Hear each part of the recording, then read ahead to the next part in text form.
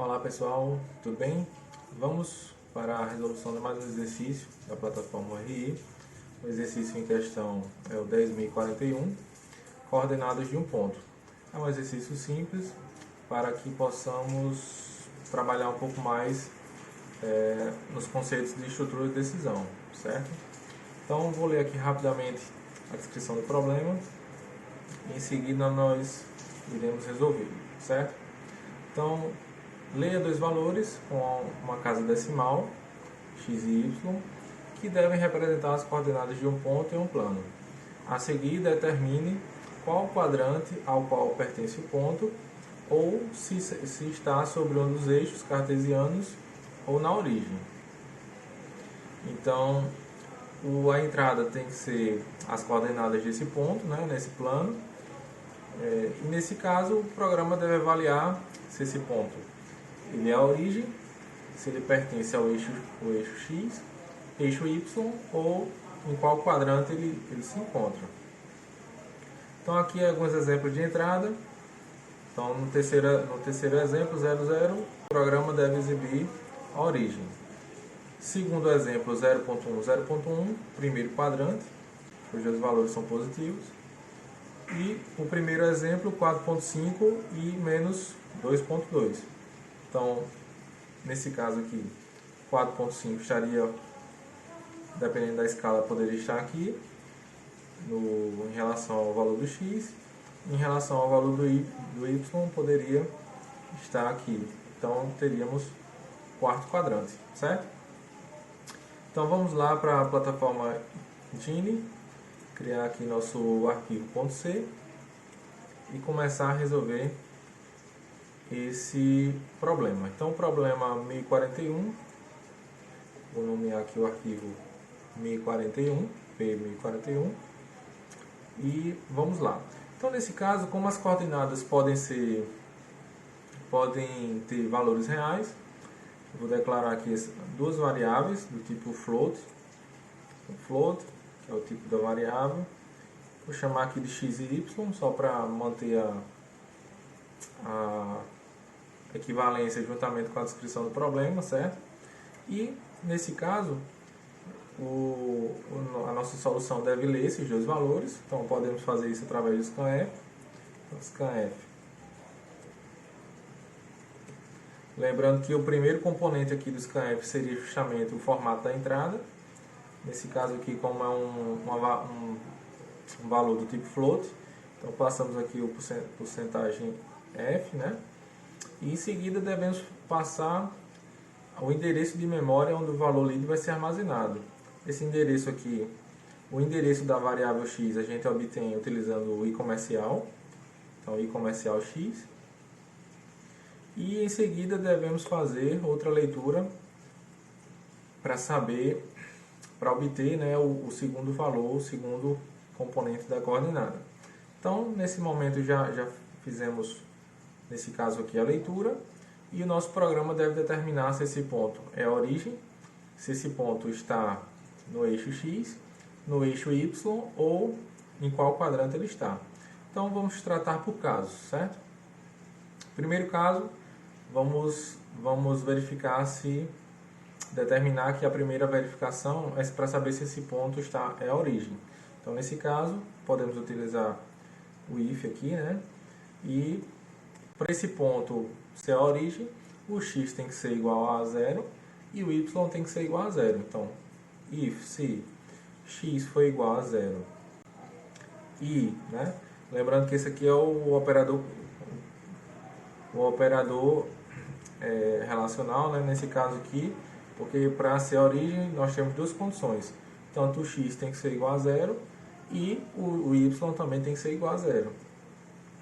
Então, se isso aqui for verdade, a nossa solução deve simplesmente exibir essa mensagem aqui para dizer que o ponto lido, o ponto informado é a origem. Certo? Então, segundo caso, a gente precisa avaliar aqui. Então, se isso aqui não for verdade, aí é que ele vai entrar aqui nesse else, certo? Então, dentro desse else é que a gente vai encadeando os próximos casos. Próximo caso, a gente pode verificar simplesmente se o x é igual a zero. Nesse caso, se o x for igual a zero, quer dizer que o ponto informado ele está no eixo y. Então aqui podemos informar eixo y. Lembrando aqui que a plataforma URI, ela, nesse caso aqui desse problema, só vai ser exibida uma mensagem, certo? Apenas uma. Ou, dentre todas essas alternativas, só uma delas vai ser exibida. E nesse caso, como é a única, ao final da linha tem que ter um /n, né? Uma quebra de linha, certo? Então, o primeiro caso, x e y igual a zero. Se isso for verdade, origem. Segundo caso, se x for igual a zero. Então, nesse caso, esse ponto pertence ao eixo, está, né? No eixo y. Se não, então a gente pode verificar se, nesse caso, o y agora é igual a zero. Se isso aqui for verdade, nesse ponto aqui, né, esse ponto pertence ao eixo x. Então, percebam o seguinte, a primeira alternativa é x e y iguais a zero. Se isso aqui não for verdade, aí, por exemplo, na segunda, entrando nesse else aqui, se o x nesse ponto aqui for igual a zero, necessariamente o y é diferente de zero. Porque se fosse igual a zero, esse if aqui seria, essa verificação seria verdade e seria impresso na tela isso. Então, se isso daqui não é verdade, mas o x é igual a zero, quer dizer que o y é diferente de zero.